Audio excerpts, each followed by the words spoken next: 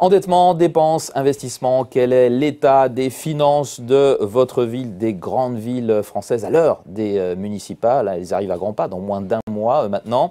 Nos métropoles ont-elles les moyens de leurs ambitions? Eh bien, il se trouve que l'Institut Montaigne s'est penché sur la question et son directeur est avec nous, Laurent Bigorgne. Bonjour. Bonjour. Directeur de l'Institut Montaigne. Avant de voir justement de quelle manière vous avez passé au scanner les finances des grandes villes françaises et ce qu'il en ressort, surtout, un petit mot sur le dossier des retraites quand même. Hein. Vous avez un avis là-dessus à l'Institut Montaigne, ça se fait quand même. Et l'examen à l'Assemblée nationale et le début de la conférence de financement dans un contexte très particulier. Geoffroy Roux de Bézieux du MEDEF, là, en pleine une des Échos aujourd'hui, dit que sans équilibre financier, il s'opposera à la réforme. Est-ce qu'il a raison? Je pense qu'il a parfaitement raison de s'opposer au fond, au vote d'un texte qui serait mal renseigné, mal documenté. Il ne serait pas le seul. En réalité, je pense qu'il n'est pas question aujourd'hui de présenter à l'Assemblée nationale, il n'est pas question non plus de présenter, me semble-t-il, à la justice constitutionnelle, des textes qui induiraient des déséquilibres, qui mettraient le système lui-même en danger. Et pourtant, on a manqué deux grands débats. Et c'est un peu moi ce sur quoi j'aimerais attirer l'attention, puisque ce dossier est court depuis le mois de septembre. On a manqué de grands débats là-dessus? Non, deux. En particulier? Deux. Un et deux. D'abord, on a manqué un débat démographique.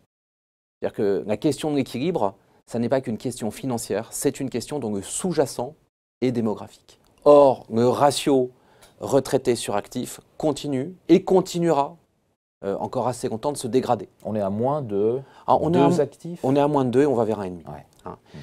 Ça, c'est la première chose. La deuxième chose, c'est que vu que ce ratio se dégrade, il y a un deuxième débat qu'on n'a pas eu. Ça veut dire quoi aujourd'hui la répartition?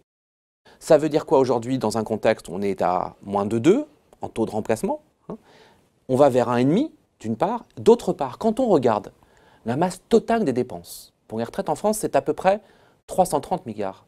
Savez-vous que sur ces 330 milliards de dépenses annuelles, il y a déjà au moins un tiers qui est pris en charge directement par l'État?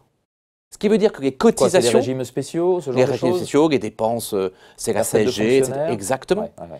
Ça veut dire que d'ores et déjà, aujourd'hui, on n'est plus que dans une fiction d'un régime par répartition, puisque seulement… Bon, dans une fiction, c'est beaucoup dire. 2 tiers, Ouais. d'ores et déjà, 2 tiers du financement est assuré certes par des cotisations, mais 1 tiers est d'ores et déjà assuré autrement, y compris par des contributions qui ressemblent à des impôts. C'est plus de la solidarité intergénérationnelle, c'est ce que vous dites. Ça n'est plus de la répartition au sens alors que la répartition, ça doit être ça. Mais la répartition, c'est des cotisants qui, évidemment, financent les retraites de la génération qui est à la retraite. Donc il faut revenir en arrière? Non, ça veut dire qu'il faut avoir le courage sans tabou de poser les bonnes questions. Et par exemple, je déplore que la question de la capitalisation soit entrée par la petite porte et par une porte qui risque d'être douloureuse pour la population concernée. Ça va être encore moins de solidarité nationale, ça. Oui, mais on sait tous qu'on va vers un mix. En réalité, compte tenu de l'état à la fois du niveau d'endettement du pays,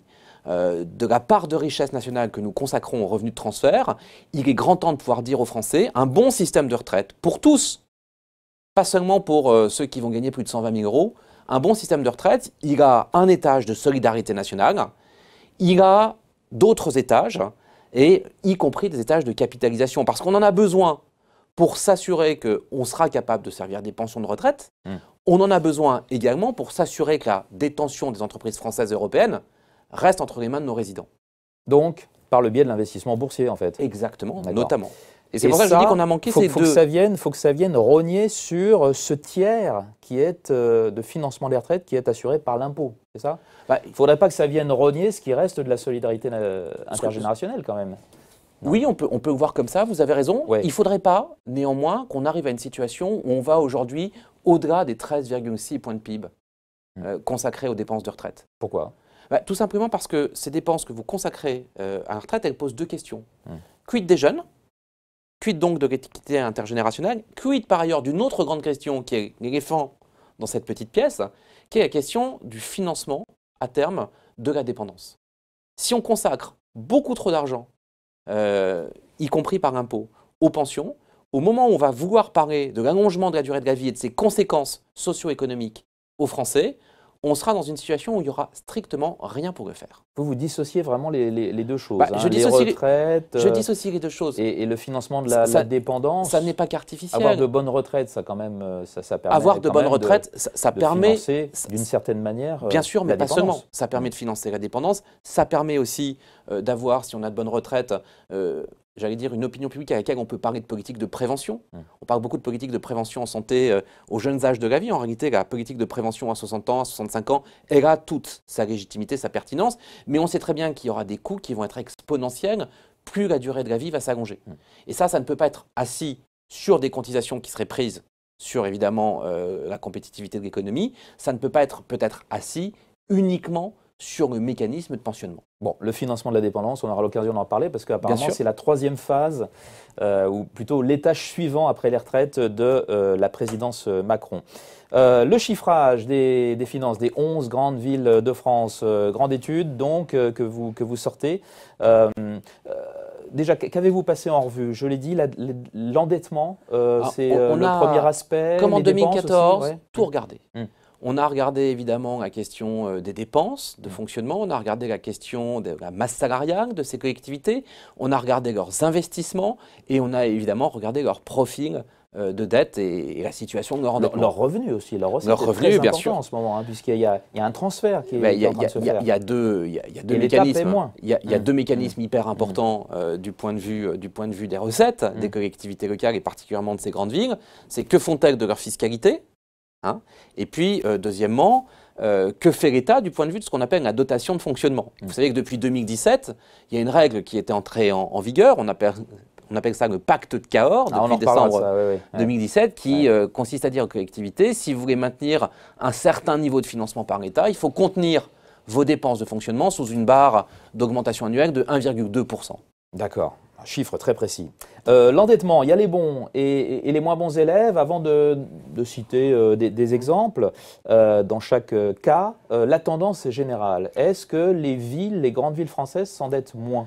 Alors, je le dis pour tous ceux qui iront sur notre site web institutmontaigne.org retrouver ces chiffres, attention au trompe-l'œil. Parce que, évidemment, ce qu'on va vous dire… C'est d'ailleurs le titre de votre étude. Voilà. Ce qu'on va vous dire, c'est que, globalement, et c'est normal que ce sont des espaces de prospérité dans notre pays, la situation des grandes villes est meilleure aujourd'hui qu'en 2014. Pourquoi est-ce qu'on dit que c'est un trompe-l'œil? Parce qu'une partie des dépenses, voire une partie des dettes portées par les villes, ont été transférées, depuis la loi de 2014 sur les métropoles, ont été transférées à la case métropolitaine. Mais ça, on en reparlera. Hein. Mais la dette justement, l'état justement de l'endettement des villes françaises. Écoutez, indépendamment du trompe-l'œil. Globalement, la situation est plutôt saine, avec des villes qui restent endettées de façon assez forte. L'endettement est important, mais les conditions de refinancement sont favorables, comme elles le sont pour l'État français, avec des taux hyper bas. Bien sûr. Mais vous avez quand même des villes qui portent un endettement très lourd. Prenons Marseille. Aujourd'hui, dans le budget d'une ville comme Marseille, la charge de la dette, c'est 215 millions d'euros, c'est le troisième poste budgétaire. À Marseille, ce troisième poste budgétaire qui est la charge de la dette, il est devant les 166 millions consacrés chaque année, par exemple, à la sécurité, à la propreté. Donc on voit bien que sur des budgets d'1,3 milliard, 1,4 milliard, quand vous avez 215 millions de charges de la dette chaque année, vous portez avec vos concitoyens quelque chose qui obère, dans une ville très jeune, un certain nombre d'investissements pourtant essentiels. Mais la ville la plus endettée, c'est Paris. Hein. Et la par ville tête la plus d'habitants, plus de 3 000 euros. Alors comme ça ne veut pas dire grand-chose. Mais par tête d'habitants, c'est plus de 3 000 habitants. Et surtout quand on regarde la dette de Paris en matière de capacité de désendettement, c'est-à-dire un ratio très spécifique qu'on a créé pour pouvoir dire, en gros, où en étaient les différentes villes françaises, on estime que au-delà de 10 ans de capacité de désendettement, ce ratio commence à susciter de la vigilance. Paris est à 14. Paris est à 14, mais il n'est pas le seul à être au-delà des 10 ans sur ces 11 grandes villes françaises. Nice est à 11, presque à 11,5. Sachant qu'on a ensuite des villes, pour prendre des exemples, qui, comme Rennes, Strasbourg, Toulouse, sont par exemple à 4,8, 4,6 et 2,2. C'est-à-dire qu'ils peuvent se désendetter plus rapidement que Paris ou Nice. Ensuite, on peut regarder, la situation parisienne a eu plutôt tendance à s'améliorer, la situation niçoise a plutôt tendance à se détériorer. C'est facile d'y voir clair dans les comptes de Paris? Oui, c'est relativement facile d'y voir Parce clair, qu'on a oui, reproché bien sûr. à Anne Hidalgo d'avoir eu recours à des mécanismes un petit peu, des montages un petit peu particuliers pour, par exemple, pouvoir s'endetter davantage et construire plus de HLM que de raisons. Par exemple, en ouais. renonçant au loyer sur X années. Franchement, s'il y a une chose que la puissance publique française sait faire, à travers la Cour des comptes et le réseau des chambres régionales des comptes, c'est lire assez précisément les bilans des villes. Y a pas Donc c'est très clair, même Paris, parce que y a l'opposition oui, mais ça, c'est le au jeu Conseil municipal de Paris n'a pas la même vision de l'endettement que Anne Hidalgo, bien sûr. c'est le jeu politique. Je viens vous dire aujourd'hui qu'afficher un taux de 14,2 années ou 14 années de désendettement, ce n'est pas une gloire, sachant qu'on considère qu'au-delà de 10, on est dans une zone de vigilance. Donc je considère, me fondant sur les chiffreurs qui ont travaillé sur cette opération, qu'on sait y voir clair. On n'est pas, nous, dans un jeu politique, on est dans un jeu objectif. Les dépenses, donc, mieux maîtrisées ou ça continue de dériver? Alors, écoutez, Parce que les conditions de financement de refinancement sont plus favorables, mais est-ce que bien sûr, mais il y a les plus dépensières se sont un peu calmées? Oui. Ouais. D'autant que les grandes villes françaises sont quand même, encore une fois, plutôt correctement gérées. Je disais tout à l'heure, il y a deux choses qui ont d'une certaine façon aussi contribué à baisser le feu sous la casserole. Premier élément, c'est qu'il y a peu de grandes villes qui assument de présenter des taux de fiscalité en hausse.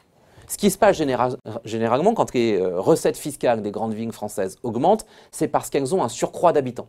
Ce n'est pas le cas à Paris et Nice, mais c'est la démographie qui joue. C'est la démographie qui joue, donc on ne joue pas sur les taux, on joue sur le multiple, et comme on a plus d'habitants, on a plus de recettes fiscales, et c'est généralement assez souvent venu compenser notre mécanisme, qui était celui du garrottage, de la diminution de l'ordre de presque de 30% des dotations de l'État aux grandes villes françaises, 27,5%. Et il y a eu une compensation pour certaines villes, c'est-à-dire qu'elles ont vu leur population augmenter, puisque ce sont des espaces de prospérité qui attirent plutôt des gens qui ont des capacités contributives, et d'une certaine façon, cette augmentation de population et de contribution a équilibré la baisse des dotations globales de l'État. Donc ça veut dire que la fiscalité est à peu près stable?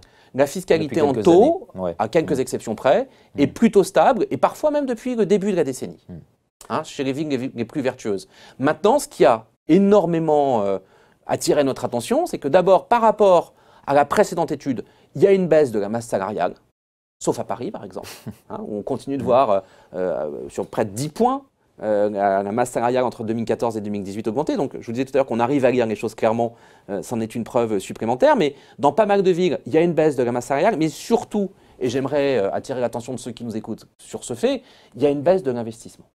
Oui. Et alors cette baisse de l'investissement, non, c'est pas très bon signe. Alors cette baisse de l'investissement, elle traduit deux choses.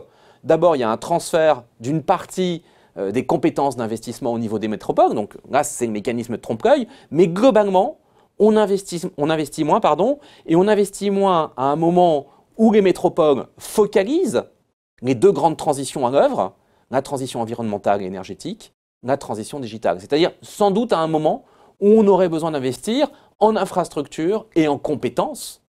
Mais les investissements sont faits s'ils sont transférés aux métropoles. Pas complètement. Il y a des mécanismes de transfert qui jouent, mais pas complètement. Pratiquement 400% de transfert pour le Grand Paris, je crois, à récupérer. Oui, on est au tout début de la métropole du Grand Paris. Donc on parle d'un budget qui est un centième, moins d'un centième du budget de la ville. Donc on n'est pas encore sur des choses très significatives. Il va falloir, mais votre point est juste, il va falloir vérifier sur la mandature qui vient, et on fera très précisément comment évoluent les budgets des métropoles, parce qu'eux ne sont pas dans le pacte de Cahors, ces métropoles, et il va falloir faire attention à ce qu'un certain nombre de phénomènes, par exemple, d'augmentation très rapide, plus rapide que la moyenne, plus rapide que les besoins de la masse salariale, ne viennent pas à nouveau obérer les capacités d'investissement. On a besoin que les grandes lignes françaises investissent. Elles sont aujourd'hui celles qui tirent la croissance du pays. On a parlé beaucoup de dépenses. Donc les recettes, les dotations de l'État baissent, on a une fiscalité qui est stable. Et puis se profile la fin de la taxe d'habitation. Donc ça ne doit pas s'arranger, ça. C'est l'objet de discussion, évidemment, entre l'État et les collectivités sur tous les mécanismes de compensation. Mais bien sûr, on n'est pas, si vous voulez, face à une décennie au terme de laquelle les collectivités, notamment celles-ci, même si elles sont parmi les plus prospères, pourraient se dire, au fond, on a un modèle qui ferait que les arbres monteraient jusqu'au ciel. hein. Je pense que nos collectivités ont beaucoup vécu jusqu'en 2013-2014 sur un modèle français qu'on connaît bien, c'est beaucoup de dépenses, beaucoup d'impôts. Ce qu'on constate sur le profil de financement, de fonctionnement, d'investissement qui est le leur depuis 2014, c'est que le paradigme est en train de changer. On a maintenu les impôts à un niveau plutôt élevé, même si aujourd'hui on est très réticent à augmenter les taux, hein, et on se rend compte qu'il faut stabiliser la dépense, si j'ose dire. Enfin, attention à ne pas faire de la mauvaise dépense, c'est-à-dire soit du mauvais investissement, soit Par beaucoup de exemple, fonctionnement. quoi? Le mauvais investissement, c'est la énième piscine. C'est les travaux qu'il y a aux quatre coins de Paris? Ça, on verra. Je pense qu'il est absolument Les essentiel. places qui sont refaites, Je et pense dont qu'il on se est- demande si, Non, mais quelle a été l'utilité de ces travaux? Prenons un exemple hyper concret. Hein, aujourd'hui, quand vous voulez électrifier la circulation des voitures dans une ville, en Chine, la norme, c'est quoi, de dire… payer des subventions? Non, quand vous voulez électrifier, c'est-à-dire quand vous voulez offrir la capacité aux voitures électriques qui se gardent de se recharger. D'accord. En Chine, on considère que le ratio doit être de 1 pour 1. C'est-à-dire qu'il faut qu'il y ait une place avec une prise pour une voiture. Ah oui. En France, on est sur un ratio qui va être à 6 ou 7 pour 1. En France, dans tout le pays, hein, on ne parle pas de Paris là. On ne parle pas de Paris, on parle globalement. Hein. Bon, cette norme, elle ne pourra pas accompagner, si on estime, on verra ce que donne l'hydrogène, mais si on estime que la voiture électrique est un point important, on voit bien qu'on n'est pas sur un ratio satisfaisant. Et donc, quand on parle d'investissement au service de la transition environnementale, mais aussi articulé évidemment à la force que donne la donnée digitale, hein, qui vous permet de dire, bon, très bien, j'ai une place de parking à 1, 2, 3 minutes du lieu où je dois me rendre, ça va me prendre tant de temps de recharger mon véhicule. On est loin de tout ça aujourd'hui. Donc ça, c'est des bons investissements qui devraient être favorisés. C'est sans doute des prototypes qui devraient être favorisés, c'est sans doute des investissements qui pourraient l'être à terme. Et je ne fais pas de l'électricité un alpha et un oméga, mais je vous dis juste qu'il faut que les villes soient assez moteurs, évidemment, dans les modèles économiques et qu'elles puissent évidemment accompagner ces deux mécanismes de transition qui sont au travail dans toutes les sociétés européennes aujourd'hui. Ah bah écoutez, ce sera le mot de la fin. Merci beaucoup, Merci Laurent Bigorne, d'avoir été notre invité, directeur de l'Institut Montaigne, et pour votre avis sur la réforme des retraites et pour cette étude sur les finances des 11 plus grandes villes françaises. À bientôt. Merci, au revoir.